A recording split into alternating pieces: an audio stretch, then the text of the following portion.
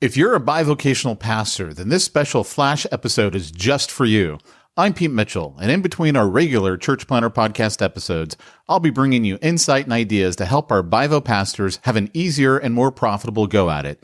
If you'd like more info on the training program specifically for bivocational pastors, you can check it out at missionbybusiness.com. Hey guys, Pete Mitchell here. I'm actually in the car with that guy. You're not even going to say anything? Hey! This is like when your kids walk into it, you know? Hey, Dad, where's my princess costume? Exactly. Here with Peyton Jones. We're just at Plant Long Beach, where Peyton was the honored guest, and he said, Pete, I've got to have you there to listen to me and tell me how awesome I was.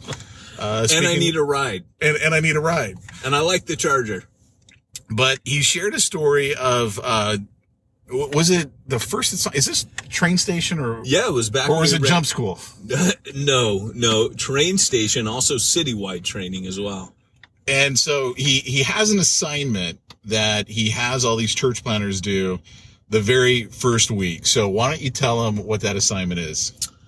So on the very first day, at the end of the day, I give them homework. And the homework, I just say, all right, guys, your homework this week is to go and lead someone to Jesus.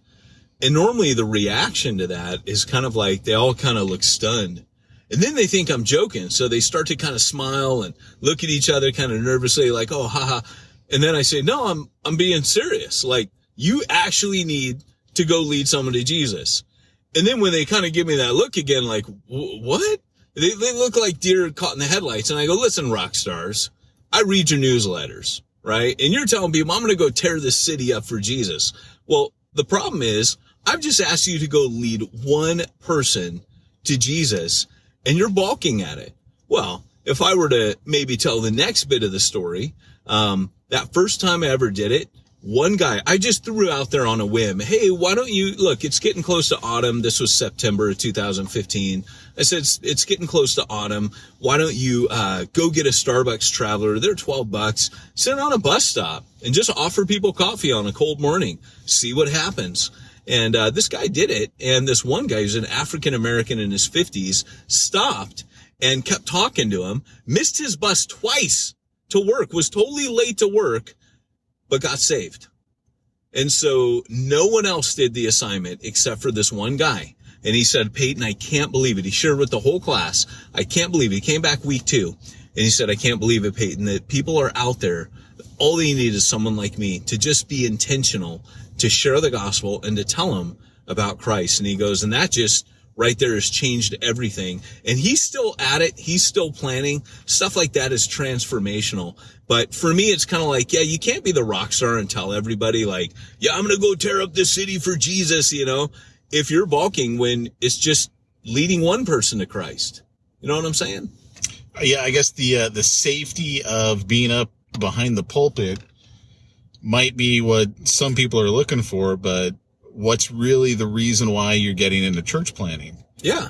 Is it really to reach the lost, or is it to be the next megastar? In fact, I know a guy who who was going to be a church planner, and he's not anymore. And I remember asking him, I go, what changed for you? And he goes, actually, in working with Peyton, I began to realize that my heart was not in the right spot, and it would have been all about me.